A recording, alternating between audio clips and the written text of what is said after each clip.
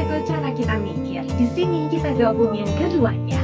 Sekarang kita hidup di masa di mana bikin konten bisa dibantu AI. Analisis sentimen bisa real time. Bahkan draft press release pun bisa jadi dalam hitungan detik.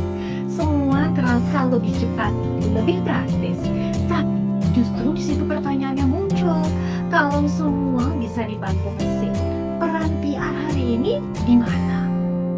PR ini sekarang masih jadi alat atau justru penentu arah? Di episode kedua Ngopi dan Nora ini, kita ngobrol bareng Nidi, PR person juga founder dari Banyu Communication. Hai Wenja, hai. Terima kasih sudah mengundang aku di Ngopi dan Nora. Senang sekali bisa berbagi tentang PR bersama. Terima kasih sudah berkenan ngobrol santai sore ini. Web jujur aja nih, dengan makin banyaknya tools AI sekarang yang bahkan bisa bantu kerja PR. Ini buat kamu sebagai PR person lebih ngebantu atau justru bikin deg-degan? Kalau AI itu membantu orang pekerjaan PR ya Mbak. Apalagi di dunia agensi yang pace-nya tuh lumayan cepat gitu. Dengan kita handle banyak klien yang pengen berubah, maksudnya pengen ininya cepat, itu cepat, ini cepat, dan dengan membantu AI itu membantu banget jadi efisien. Kalau AI bisa menulis, kenapa perusahaan tetap butuh PR officer? Tentu harus butuh Mbak, karena tugas saya adalah membantu supaya pekerjaannya lebih efisien. Sebagai PR officer itu harus ngecek lagi, validasi lagi apakah yang diberikan oleh AI itu punya dampak yang positif atau enggak, menimbulkan krisis atau enggak gitu. Jadi tetap harus PR officer harus tetap bekerja gitu.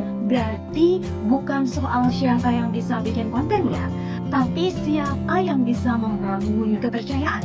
Kan PR itu aja pekerjaan reputasi ya Pak. Gimana kita menjaga image perusahaan, gimana kita membuat reputasi perusahaan yang begitu baik gitu kan. Itu tetap manusia yang bekerja. AI nggak bisa menjaga itu kan. Nah, kalau di praktik sehari-hari nih, gimana sih cara PR officer memanfaatkan AI supaya kerja makin cepat tapi tetap terasa manusia? Untuk apa yang AI kasih itu harus kita cek lagi. Karena itu pernah ada pengalaman, aku minta tolong AI untuk cari data Mbak. Ternyata pas aku telusuri datanya itu ada yang udah lama banget dan juga nggak relevan dengan sekarang gitu. Ternyata masih ada data baru. Nah itu kan itu paling fatal ya kalau misalnya itu bisa di apa namanya ada di media terus ada di press release atau segala macam gitu. Jadi lesson adalah memang harus dicek lagi, jangan selalu pas gitu. Critical thinkingnya harus jalan sebagai PR bahwa gimana kita memanfaatkan AI itu dengan baik. Harus ada value, harus ada rasa manusianya yang bekerja itu harus dilakukan. Sebenarnya jangan sampai mesin yang kerja tapi kita nggak ikutan untuk mengkoreksi itu. Kebalikannya, kalau perusahaan terlalu nyaman menggunakan AI, apa resiko terbesar menurut Widi dalam komunikasi publik? Itu reputasi sih Mbak. Dari itu kerjaan tentang reputasi, sebenarnya kita menjaga reputasi. Kalau misalnya kita terlalu mengandalkan AI, ya akan berdampak, akan ada krisis karena itu nggak dipunya sama AI gitu. AI bukan manusia, AI yang bisa menentukan ini akan berdampak atau enggak, akan menimbulkan krisis atau enggak gitu. Itu adalah kerjaan officer gitu. Officer itu menjaga image atau message-nya perusahaan atau brand itu tetap terjaga dengan baik gitu. Kalau kita lihat ke depan nih, PR officer yang akan tetap relevan di era AI itu seperti apa sih?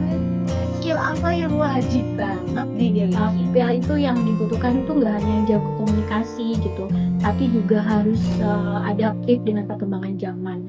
Makanya penting banget untuk seorang PR officer itu punya critical thinking. Critical thinking itu bagaimana kita bekerja dengan AI, tapi kita juga kritis terhadap output yang diberikan oleh AI gitu. Jadi kita validasi ini benar atau enggak. PR officer itu harus punya strategic thinking. Strategic thinking yang pesan yang disampaikan ini mempunyai pengaruh atau enggak sih ke masyarakat gitu. Dan yang ketiga yang berkaitan sama AI adalah prompting skill gitu, dimana kita mempunyai prompting yang tepat, yang sesuai dengan arahan kita. Yang tepat itu akan memberikan output yang tepat. Tempat adalah creative thinking. PR adalah pekerjaan kreatif gitu, jadi gimana kita mempunyai ide kreatif yang bisa disampaikan ke masyarakat yang punya dampak bagi perusahaan. Mungkin kita bisa brainstorm tentang ide kreatif dengan AI, tapi tentunya PR officer yang berperan gimana kreatif ini bisa dijalankan dengan baik gitu. Terus yang terakhir tentunya adalah terpenting PR officer adalah punya integritas dan punya rasa empati supaya apa yang kita lakukan atau message atau pesan yang mau kita sampaikan itu tidak mempunyai dampak yang negatif bagi perusahaan atau tidak menimbulkan krisis gitu. Mantap banget. Akhirnya kita udah selesai nih ngobrol sorenya. Senang banget karena banyak yang bisa kita pelajari ya Wid. Thank you banget sudah datang. Mungkin Mbak Widi punya satu lain gitu pesan yang harus banget diingat oleh teman-teman di luaran sana supaya mereka nggak cuma mengandalkan AI tapi juga bisa menjadikan AI itu sebagai co-pilot seperti yang tadi Mbak Widi bilang. Oke. Terima kasih Mbak Ijal sudah mengundang di Kopi Nalar hari ini. Semoga apa yang aku berikan tentang PR dan AI itu bermanfaat. AI itu hanya tools atau mesin yang bisa kita pakai untuk sebagai co-pilot di time system, tapi tetap harus ada sentuhan manusia karena sebagai PR officer itu harus sense of empathy-nya harus jalan, harus ada integritas gitu. Jadi gimana kita supaya tidak menimbulkan krisis atau tetap menjaga reputasi suatu perusahaan atau brand. Persepsi publik nggak selalu bisa kita kontrol, tapi cara kita berkomunikasi itu pilihan.